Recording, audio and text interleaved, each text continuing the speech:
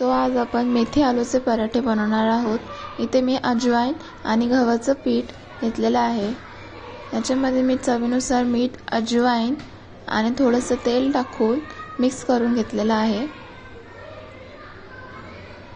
Plus याच्यामध्ये मी आता मेथी स्वच्छ धुवून बारीक चिरून घेतलेली आहे।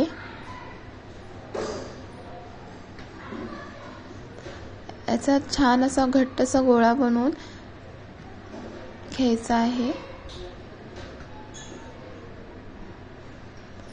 प्लस हे झाल्यानंतर ह्याच्या आतमध्ये स्टफिंग करण्यासाठी बटाटा, लाल मिरची पावडर प्लस गरम मसाला अँड चाट मसाला आणि वरती चवीनुसार मीठ आणि लास्टला मी इथं कसुरी मेथी आणि कोथिंबीरने गार्निश केलेला आहे।